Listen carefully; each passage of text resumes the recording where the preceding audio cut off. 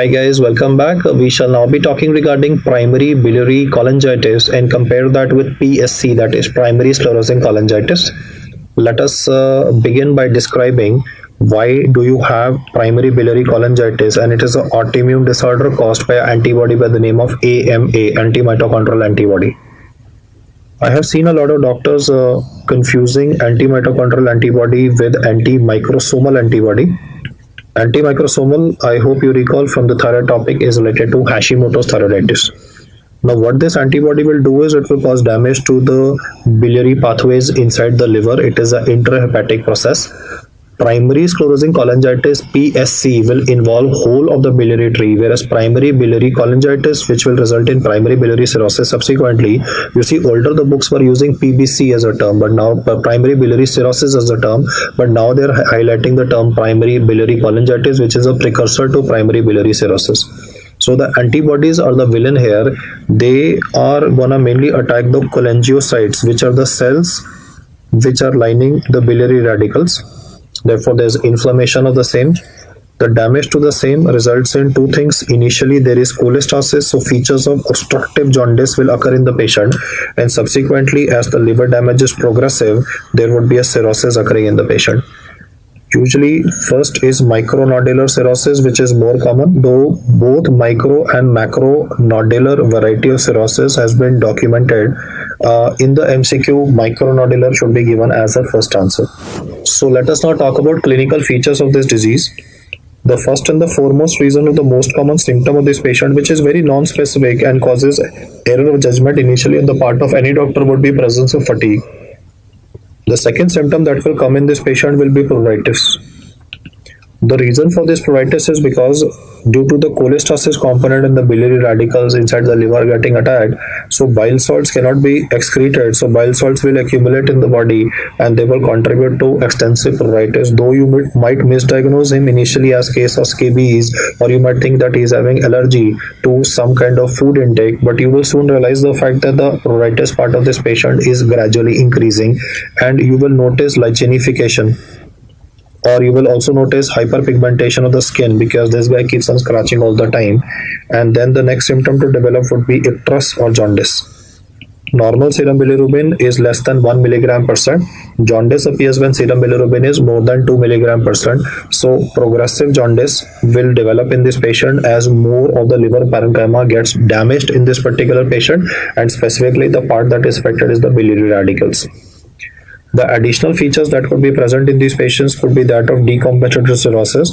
So the same question or the same patient might then have features like splenomegaly, or can be having pedal edema, or even development of ascites, which are standard features of portal hypertension and can be anticipated in any patient with a liver insult which will decompensate.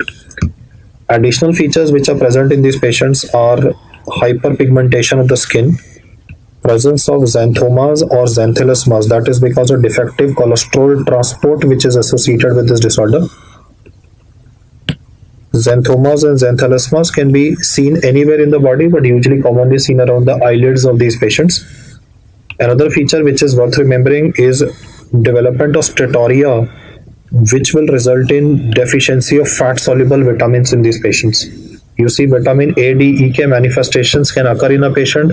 Vitamin D deficiency manifestations will occur relatively early. So osteopenia and bone pain, which is due to vitamin D deficiency secondary to steatorrhea, which occurs in these patients because ultimately bile salts are helping in emulsification of fats. They help in absorption of fats. The fat absorption will be affected. So he might not write the word steatorrhea, but might actually describe bone pain in this patient. And the reason for that, I said, is steatorrhea contributes to deficiency of fat-soluble vitamins, especially vitamin D manifestations appear relatively early.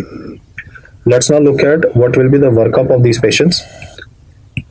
The first test that you will do will always be LFT, and that will reveal a marked increase in serum alkaline phosphatase of the patient, which could be increased up to 4 times of normal. So initially, when you will read the report of this patient, you will straight away get an idea regarding the fact that this is a case of obstructive jaundice, because SGOT, SGPT will mainly be normal. but serum alkaline phosphatase will be substantially increased in this patient, and on serial monitoring you will notice a fluctuating course of illness, in a sense that the jaundice might increase and decrease, and so is the level of serum, so is the value of serum alkaline phosphatase.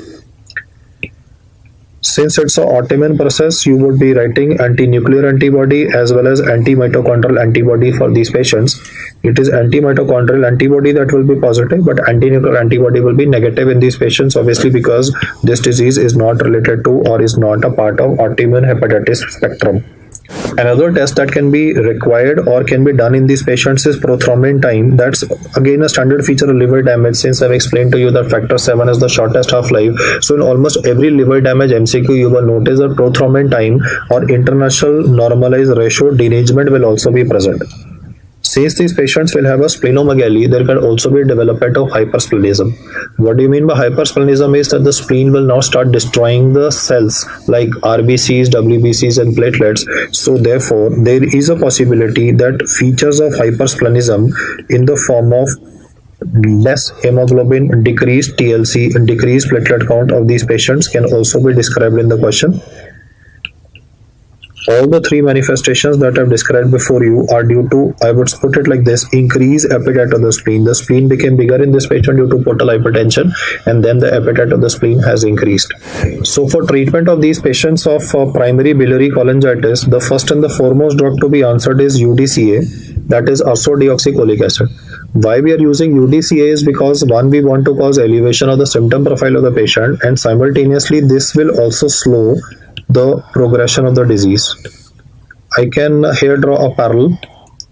Like you have studied that in diabetic nephropathy, ACE inhibitors will slow the progression towards end-stage renal disease.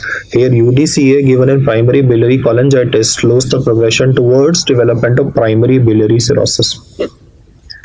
Additional drugs which are required for symptomatic improvement of these patients is in the form of cholestyramine, because pruritus will make these patients go crazy with itching all the time.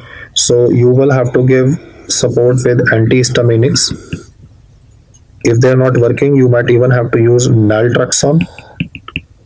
In fact, in some cases, the symptoms of the patient, including the itching component, might be so severe that to get rid of the defective antibody, that is anti-mitochondrial antibody, which has been incremented in these cases, we might even have to resort to a procedure by the name of plasmapheresis. Normally you read about plasmapheresis with thrombotic thrombocytopenic purpura or cases of Guillain-Barré syndrome, that is pretty severe debilitating disorders. But today I've explained plasmapheresis even with a presentation of primary biliary cholangitis, which can progress to primary biliary cirrhosis. And if it progresses to cirrhosis, then depending on the MELD score of the patient or depending on the Child-Pugh score of the patient, a decision for orthoptic liver transplantation will be taken. We will now compare the same profile of this particular patient, because some reports might look almost the same, but the antibody will change. So the comparison will now be done with PSC, that is primary sclerosing cholangitis.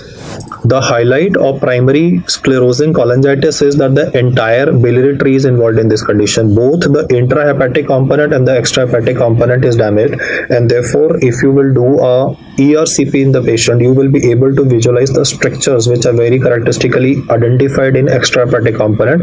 And most of the time when they have talked about primary sclerosing cholangitis in the exam, they have given a ERCP image showing exactly what I have shown here to you, that is presence of strictures which can be easily visualized on the beaded appearance of the extrahepatic biliary pathway. For record's sake, I'm just jotting it down. Primary sclerosing cholangitis, entire biliary tree, that is both the intra and the extrahepatic biliary pathways are involved. But in primary biliary cholangitis, it was mainly the damage to the portal tracts basically, or the intrahepatic component is the one which was mainly damaged. The clinical features of these patients will be that of obstructive jaundice, and one of the earliest feature of obstructive jaundice is development of pruritus. Here I would like to reiterate before you that if he begins the question by saying what is the earliest manifestation encountered in patients of primary biliary cholangitis, then answer it as fatigue. It's just a trick question that they're trying to play with your mind. But if he specifies the word, what is the earliest manifestation of obstructive jaundice? Mark my words there. I did not say primary biliary cholangitis for second time. I said, what is the earliest manifestation of obstructive jaundice? Then the answer is always given as pruritus, which would be predominantly present in palms and soles of this particular patient. Then subsequently patient will obviously develop icterus and might even be having a high colored urine, that is a mustard yellow urine. Why the mustard yellow urine will come is because of conjugated bilirubin coming in the urine of the patient, because conjugated bilirubin is water soluble, it is urine soluble, it will make the urine appear rather as dark yellow as mustard oil. So most Indian patients use this term mustard yellow urine, which or in Western books they use the word high colored urine. Another feature of primary sclerosing cholangitis which will become obvious along with obstructive jaundice will be presence of steatorrhea.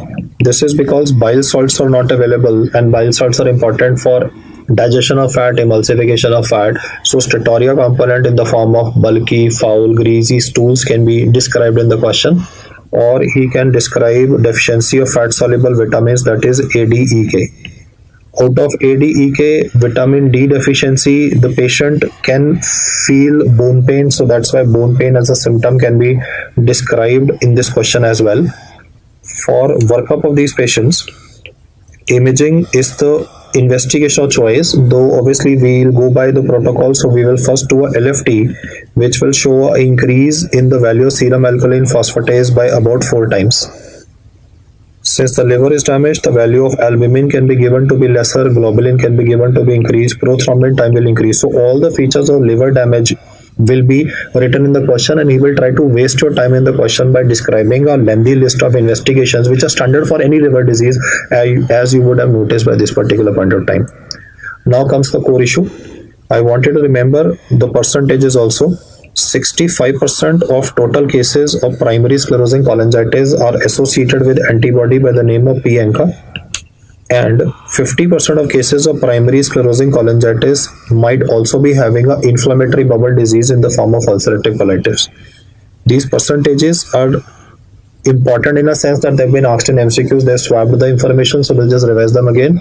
Antibody responsible for primary sclerosing cholangitis is p-ANCA, whereas the antibody responsible for primary biliary cholangitis was anti-mitochondrial antibody, and 50% cases of primary sclerosing cholangitis can be associated with ulcerative colitis.